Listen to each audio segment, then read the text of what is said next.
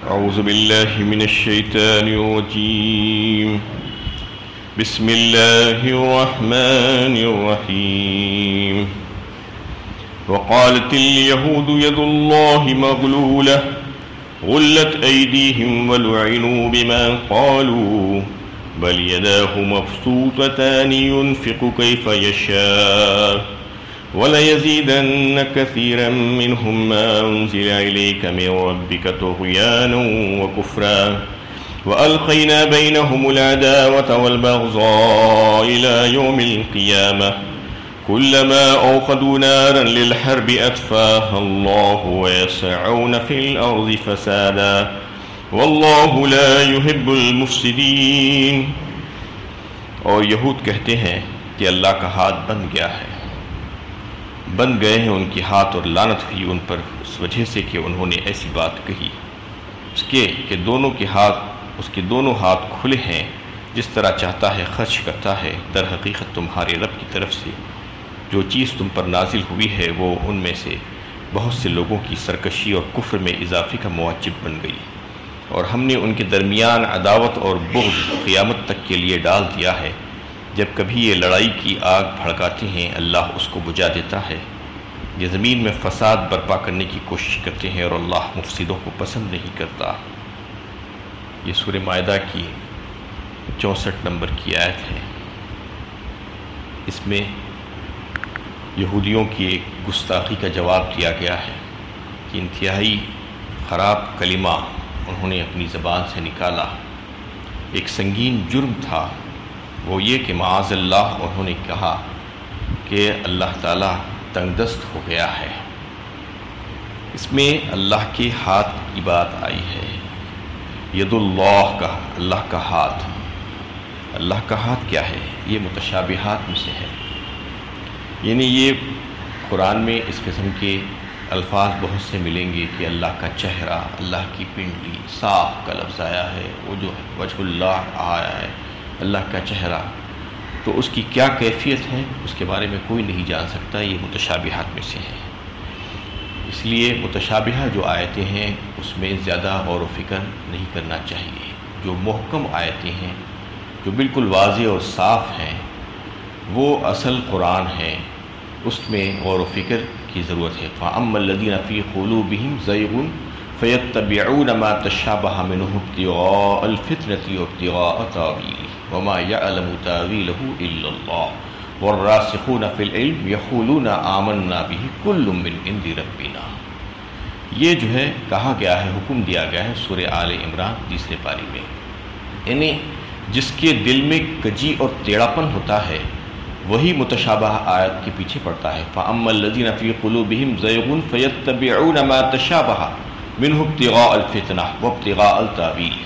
یعنی وہ فتنے میں ڈالتا ہے، خود پڑھتا ہے اور دوسروں کو ڈال کے گمراہ کرنا چاہتا ہے، جبکہ اس کی تعبیر اور اس کے اصل معنی سوائے اللہ رب العالمین کے کوئی نہیں جانتا۔ وَالرَّاسِخُونَ فِي الْعِلْمِ يَقُولُونَ آمَنَّا بِهِ، اور جو علم میں پختہ ہیں وہ لوگ یہ اس پر ایمان لاتے ہیں اور یہ کہتے ہیں کہ یہ ساری کی ساری باتیں اور احکامات ہمارے رب کی طرف سے ہے، یہ کہہ کر خاموش بیٹھ جاتے ہیں۔ بالکل یہی طریقہ جو ہے سلف و صالحین کا رہا ہے کہ جہاں پر متشابہہ بات آتی تھی، آیتیں آتی تھی، اس پر جو ہے کھوج ورید نہیں کرتے تھے۔ تو یہاں پر اس کے تعلق سے یہ نہیں سوچنا کہ اللہ کا ہاتھ کیسا ہے، اللہ کا ہاتھ جیسا بھی ہے، یعنی اپنی شان کے مطابق ہے، کوئی اس کے بارے میں نہیں جان سکتا۔ تو اس میں یہ بات آئی کہ انہوں نے سرکشی کی، اور سرکشی کرتے ہوئے، گستاخی کرتے ہوئے یہ کلمہ کہا تھا، کیونکہ حالات یہ تھے کہ مدینے میں اللہ تعالیٰ نے یہودیوں کو مالدار بنایا تھا، صاحب وسعت بنایا تھا۔ نبی کریم صلی اللہ علیہ وسلم جب مدینہ طیبہ تشریف لے گئے اور آپ وہاں پر یعنی دین حق کو پیش کیا تو آپ کا جو پیغام پہنچا سب لوگوں تک، تو یہودیوں نے اس کو ماننے سے انکار کیا، اس وجہ سے کہ وہ جو ہے پیشوا اور مقتدی بنے بیٹھے تھے وہاں پر، اور ان کی چودراہٹ جو تھی اس کی وجہ سے وہ یعنی جو رسومات بنا کر رکھ لیے تھے، بیجا رسومات، اس میں ان کو نذرانے آتے تھے اور ان کی مالداری میں مزید اضافہ ہوتا جاتا تھا، اور چونکہ اسلام کے آنے کے بعد ان کو یہ بات خطرے میں محسوس ہوئی، اس لیے انہوں نے اس کا انکار کیا، نہ صرف انکار بلکہ مخالفت کی رسول اللہ صلی اللہ علیہ وسلم کی۔ تو اس کی مخالفت کی نتیجے میں جو سزا اللہ تعالیٰ نے ان کو دی کہ ان کی دنیا کی زندگی، دنیا کی جو معاملات تھے، جو معاش تھی، اس کو بھی تنگ کر دیا اللہ تعالیٰ نے، جس کے لیے وہ پریشان تھے کہ آپ صلی اللہ علیہ وسلم پر اگر ایمان لائیں گے تو ان کے وہ نذرانے اور ان کا جو مال آنا بند ہو جائے گا، تو اللہ تعالیٰ نے ان کو سزا کے طور پر ان کی دنیا کو تنگ کر دیا۔ جب ایسا کیا گیا تو ان کے منہ سے یہ کلمات نکلنے لگے کہ معاذ اللہ تعالیٰ کے خزانوں میں کمی آ گئی ہے اور اللہ تعالیٰ بخل اختیار کیے ہیں۔ یہ کہنے کی وجہ سے ان پر لعنت بھیجی گئی۔ لعنوا بما قالوا، کہا بل یداہ مبسوطتان، اور فرما دیا گیا کہ جو کہہ رہے ہیں انہی کے ہاتھ بندھے ہوئے ہیں، اللہ کے ہاتھ بندھے ہوئے نہیں ہیں۔ ينفق کیف یشاء، فرمایا اللہ تعالیٰ تو جب جس طرح چاہیں خرچ کر سکتے ہیں، اللہ کے دونوں ہاتھ کھلے ہوئے ہیں۔ اللہ تعالیٰ تو صاحب وسعت ہے، غنی ہے اور حکیم ہے، وہ جانتے ہیں کہ کب کہاں کس طرح خرچ کرنا چاہیے اور کس کو مالداری دینی چاہیے، کس کے پاس فراخی اور کشادگی ہونی چاہیے، اور کون جو ہے کس کے لیے مناسب ہے کہ فی الحال ان کے لیے تنگی پیدا کر دی جائے۔ وَلَوْ بَسَطَ اللَّهُ الرِّزْقَ لِعِبَادِهِ لَبَغَوْا فِي الْأَرْضِ وَلَكِنْ يُنَزِّلُ بِقَدَرٍ مَا يَشَاءُ إِنَّهُ بِعِبَادِهِ خَبِيرٌ بَصِيرٌ۔ سورہ شورى 25ویں پارے میں اللہ تعالیٰ نے اس حکمت کا تذکرہ فرمایا کہ اگر ہم اپنے خزانوں کو کھول دیتے، لوگوں کو ان کی ضروریات سے زیادہ دے دیتے، خوب مال و دولت سے نواز دیتے، وَلَوْ بَسَطَ اللَّهُ الرِّزْقَ لِعِبَادِهِ لَبَغَوْا فِي الْأَرْضِ، تو پھر وہ سرکشی کرنے لگتے زمین میں، وہ جو ہے خود مختاری کے دعوے کرنے لگتے اور کوئی کسی کا کام نہیں کرتا۔ تو اللہ تعالیٰ نے جو ہے ایک اندازے کے مطابق سب کو عطا کیا ہے۔ وَلَوْ بَسَطَ اللَّهُ الرِّزْقَ لِعِبَادِهِ لَبَغَوْا فِي الْأَرْضِ وَلَكِنْ يُنَزِّلُ بِقَدَرٍ مَا يَشَاءُ إِنَّهُ بِعِبَادِهِ خَبِيرٌ بَصِيرٌ۔ فرما دیا کہ اللہ تعالیٰ جو ہے اپنے بندوں کو بہت اچھی طریقے سے دیکھتے بھالتے ہیں اور خوب خبر رکھتے ہیں کہ کس کو کتنا دینا چاہیے۔ تو اس میں ان کے اوپر لعنت کی گئی اور کہا گیا کہ انہی کے ہاتھ بندھے ہوئے ہیں، اور اس کی وجہ سے ان کو آخرت میں تو شدید عذاب سے وہ دوچار ہوں گے ہی، دنیا میں سزا ان کی یہ ہوگی، اور ایک کہ ان کو ذلت و خاری ہوگی اور ذلیل ہوں گے وہ دنیا میں بھی۔ ينفق كيف يشاء وليزيدن كثيرا منهم ما أنزل إليك من ربك طغيانا وكفرا۔ حالانکہ قرآن نازل ہوا ہے اور اللہ تعالیٰ کی طرف سے یہ سراسر ہدایت ہے، اس کے باوجود وہ اس کو نہیں مان رہے ہیں، اس کا انکار کر رہے ہیں، نہ صرف انکار کر رہے ہیں بلکہ ان کی سرکشی اور انکار اور کفر میں مزید اس کی وجہ سے اضافہ ہی ہو گیا۔ وَأَلْقَيْنَ بَيْنَهُمُ الْعَدَاوَةَ وَالْبَغْضَاءَ إِلَى يَوْمِ الْقِيَامَةِ كُلَّمَا أُوقِدُوا نَارًا لِلْحَرْبِ أَطْفَاهَا اللَّهُ وَيَسْعَوْنَ فِي الْأَرْضِ فَسَادًا۔ اس میں اللہ تعالیٰ فرما رہے ہیں کہ ان کے شر سے مسلمانوں کو محفوظ کرنے کے لیے اللہ تعالیٰ نے ان کے درمیان بغض اور عداوت اور دشمنی ڈال دی، اور یہ قیامت تک قائم رہے گی، اور وہ زمین میں آگ بھڑکانے کی کوشش کرتے ہیں تو اللہ تعالیٰ اس کو بجھا دیتے ہیں، اور یہ زمین میں فساد برپا کرنے کی کوشش کرتے ہیں، لیکن اللہ تعالیٰ ایسے مفسدوں کو پسند نہیں کرتے۔ اس سے پہلے کچھ آیتوں پہلے عیسائیوں کے تعلق سے، نصارہ کے تعلق سے آیا تھا کہ اللہ تعالیٰ ان کے درمیان بغض و عناد کی آگ بھڑکائے ہیں، اور یہاں پر یہودیوں کے درمیان دشمنی اور نفرت ڈال دینے کا ذکر ہوا ہے۔ یہود و نصارہ کے درمیان جو جنگ و جدال کی فضا پائی جاتی ہے، اس کی جڑیں بہت گہری ہیں، اور اس سلسلے میں ہر گروہ نے اپنی ایک تاریخ بنا لی ہے، اس لیے ان کے درمیان وقتی طور پر کچھ مصلحتوں کی بنیاد پر دوستی نظر آتی ہے، لیکن اصل میں دوستی نہیں ہے، وہ ہمیشہ لڑتے مرتے ہی ہیں اور ایسے ہی لڑتے مرتے رہیں گے۔ اور یہود نے جو آگ بھڑکائی ہے، جو کہا ہے اللہ تعالیٰ نے، تو یہ ہے کہ اللہ تعالیٰ نے اس آگ کو جو ہے بجھا دیا ہے، کیونکہ اگر وہ ایسا نہ کرتا تو زمین میں زبردست فساد رونما ہو جاتا۔ مشرکین مکہ نے مسلمانوں کے ساتھ جو جنگیں بھی لڑی ہیں، ان سب کے پیچھے یہود ہی کا ہاتھ تھا۔ ہمیشہ یہود کی سازشوں کی وجہ سے مشرکین آگے آئے اور مسلمانوں سے انہوں نے جنگ لڑی۔ آج بھی اسرائیل نے یہود جنگ کی آگ بھڑکانے کی کوشش میں بہت بری طریقے سے سرگرم ہے، لیکن اللہ تعالیٰ اس کو بجھاتے رہتے ہیں، یہ اللہ کا وعدہ ہے۔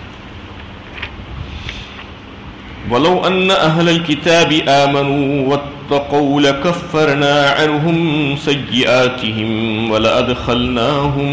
جنات النعيم. اور اگر اہل کتاب ایمان لاتے اور تقوی اختیار کرتے تو ہم ان کے گناہ دور کر دیتے اور ان کو نعمت بھرے باغوں میں داخل کر دیتے. اب ان کو ترغیب دی جا رہی ہے اہل کتاب کو کہ سرکشی چھوڑو اور گستاخی کی باتیں مت کرو. اگر وہ ایمان لا لیتے، اللہ کے نبی صلی اللہ علیہ وسلم کے اوپر ان کی نبوت کو تسلیم کرتے اور قرآن کی اتباع میں لگ جاتے اور اللہ تعالیٰ کا تقوی اختیار کرتے، تو پھر ان کے جو پچھلے گناہ تھے ہم اس کو معاف کر دیتے اور ان کو بہترین نعمتوں سے نواز دیتے. وَلَوْ أَنَّهُمْ أَقَامُوا التَّوْرَاةَ وَالْإِنْجِيلَ وَمَا أُنْزِلَ إِلَيْهِمْ مِنْ رَبِّهِمْ لَأَكَلُوا مِنْ فَوْقِهِمْ وَمِنْ تَحْتِ أَرْجُلِهِمْ مِنْهُمْ أُمَّةٌ مُقْتَصِدَةٌ وَكَثِيرٌ مِنْهُمْ سَاءَ مَا يَعْمَلُونَ. اور اگر وہ تورات اور انجیل اور اس کتاب کو جو ان کے رب کی طرف سے ان کے پاس بھیجی گئی ہے قائم کرتے تو انہیں اوپر سے بھی رزق ملتا اور ان کے قدموں کے نیچے سے بھی. ان میں ایک گروہ ضرور راست رو ہے، لیکن زیادہ تر لوگ ایسے ہیں جن کے اعمال بہت برے ہیں. اس میں ان اہل کتاب سے مطالبہ کیا گیا ہے کہ اگر وہ تورات اور انجیل جو آسمانی کتابیں ان کے اوپر نازل کی گئی تھی اس کو، اور جو کتاب جو اب نازل کی گئی ہے یعنی قرآن کریم، اس کو قائم کرتے.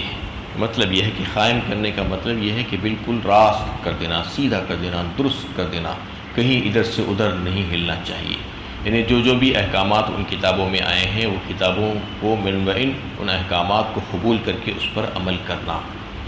تو پہلے تورات اور انجیل کا تذکرہ آیا. یہ وہ تورات و انجیل ہے جو تحریف نہیں کی گئی ہے، ان کے تعلق سے کہا جا رہا ہے. جو تحریف شدہ کتابیں جب ان کے پاس تھی، آ گئی تھی اور اب بھی ہیں، تو وہ تورات اور انجیل پر عمل کرنے سے کوئی فائدہ ہونے والا نہیں ہے. اب تو قرآن کریم ہی پر عمل ہونا ضروری ہے کیونکہ وہ اس میں کسی قسم کی کوئی تحریف نہیں کر سکے ہیں. تو اس میں ان سے مطالبہ کیا گیا ہے کہ اگر وہ صحیح طور پر اپنی کتابوں پر بھی عمل کرتے ہوتے اور اس کو مانتے ہوتے تو پھر ان کی خود کی کتابوں میں یہ پیشین گوئیاں اور یہ خوشخبریاں موجود تھیں کہ اللہ کے نبی صلی اللہ علیہ وسلم خاتم الانبیاء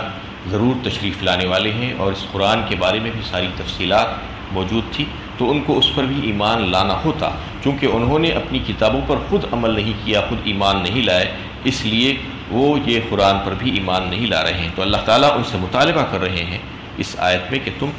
نہ صرف اپنی کتابوں پر ایمان لاؤ اور اس پر عمل کرو صحیح طور پر، درست طور پر، بلکہ اس کتاب پر بھی ایمان لاؤ جو ہم نے نبی صلی اللہ علیہ وسلم کے قلب مبارک پر نازل کیا ہے. اس پر ایمان لانا اور اس کو قائم کرنا جو ہے ضروری ہے. یہ کہا گیا ہے کہ اس میں جو ہے یہ مطالبہ کیا گیا ہے کہ اگر تم ایسا کرو گے تو پھر ہم تمہارے لیے رزق کے دروازے کھول دیں گے. ایسا رزق عطا فرمائیں گے کہ آسمان سے برسے گا اور زمین سے ابلے گا. اس طریقے سے تم کو ہم رزق عطا فرمائیں گے. تو اس میں یعنی آخرت کی جو کامیابی ہے وہ تو ہوگی ہی، جیسا کہ اس سے پچھلی آیت میں ان کو بتا دیا گیا کہ تم کو آخرت میں ہم بہترین باغات اور نعمتوں سے نوازیں گے. لیکن یہاں پر دنیا کے دینے کا وعدہ کیا گیا ہے، دنیا کی برکتیں اور ثمرات جو ہے ان کو دینے کا جو وعدہ کیا گیا ہے وہ اس وجہ سے کہ وہ بڑے حریص ہوتے تھے مال کے، حب مال میں جو ہے بڑے آگے تھے، وہ ہمیشہ مال کے پیچھے لگے ہوئے تھے. یہی وجہ تھی کہ وہ مال کے حاصل کرنے کی خاطر اللہ کے نبی صلی اللہ علیہ وسلم پر ایمان نہیں لا رہے تھے، کیونکہ ان کی جو چودراہٹ اور جو پیشوائی تھی وہ ختم ہو جانے کا اندیشہ تھا آپ صلی اللہ علیہ وسلم پر ایمان لانے کی وجہ سے. اور ان کو اس کی وجہ سے جو ہے نذرانے اور جو ہدایے جو ملتے تھے وہ نہیں ملیں گے، یہ سوچ کر انہوں نے جو ہے آپ صلی اللہ علیہ وسلم پر ایمان نہیں لائے. تو اللہ تعالیٰ اس میں ان کو یہ ہدایت دے رہے ہیں کہ اگر تم ایمان لاؤ گے تو اس میں کوئی کمی نہیں ہوگی بلکہ زیادتی ہوگی. رزق کا جو وعدہ اس میں دیا گیا اور یہ کہا گیا کہ ہم تمہارے اوپر برسائیں گے رزق کو، اوپر سے اور نیچے سے ابلنے لگے گا. تو اس میں یہی وجہ سے ان کے ساتھ یہ وعدہ کیا ہے. لیکن اصل میں اگر محرک دیکھا جائے تو اطاعت الہی اور عبادت اور بندگی جو ہوتی ہے وہ اللہ کی رضا جوئی کے لیے ہونی چاہیے اور آخرت کی فلاح اور کامیابی کے لیے، نہ کہ دنیاوی فائدوں کے لیے. دنیاوی فائدے جو ہوں گے وہ تو حاصل ہوں گے ہی، وہ ثمرے کے طور پر حاصل ہوں گے، لیکن اصل محرک اطاعت اور فرمانبرداری اللہ تعالیٰ کی جو ہوگی، بندگی جو ہوگی وہ آخرت کی کامیابی کی خاطر اور اللہ تعالیٰ کی رضا جوئی کی خاطر ہے۔ لیکن چونکہ وہ لوگوں کا ذہن ایسا ہی تھا کہ وہ دنیا میں مشغول تھے اور دنیا کی چاہت بہت بڑی ہوئی تھی ان کے پاس، اور دنیا کے مال کے پیچھے دوڑ رہے تھے، اس لیے ان کو یہ کہا گیا کہ دنیا بھی یہاں پر ملنے والی ہے، یہ مت سمجھو کہ صرف آخرت ہی ملنے والی ہے، آخرت کے ساتھ ساتھ تم کو جو ہے دنیا بھی ملے گی، یہ جو ہے ان کو بتا دیا گیا ہے۔ اور پھر آخر میں یہ کہہ دیا گیا آیت کی حصے میں کہ منہم امۃ مقتصدہ وکثیر منہم ساء ما یعملون، ان میں سے کچھ لوگ ایسے بھی ہیں جو راست رو ہیں، اچھے ہیں اور نیک ہیں، لیکن زیادہ تر لوگ ایسے ہیں جو برے عمل کرنے والے ہیں۔ مطلب یہ ہے کہ یہ اہل کتاب کا وہ گروہ ہے جو انہیں زیادہ تر اکثریت ان کی جو ہے ایسی ہی ہے، ناشکری ہے اور حکموں کا پورا کرنے والے نہیں ہیں، لیکن اس میں سے کچھ لوگ ایسے ہیں جو آپ صلی اللہ علیہ وسلم کی دعوت پر انہوں نے لبیک کہا اور آپ صلی اللہ علیہ وسلم کی نبوت کو انہوں نے تسلیم کیا۔ وآخر دعوانا ان الحمد للہ رب العالمین۔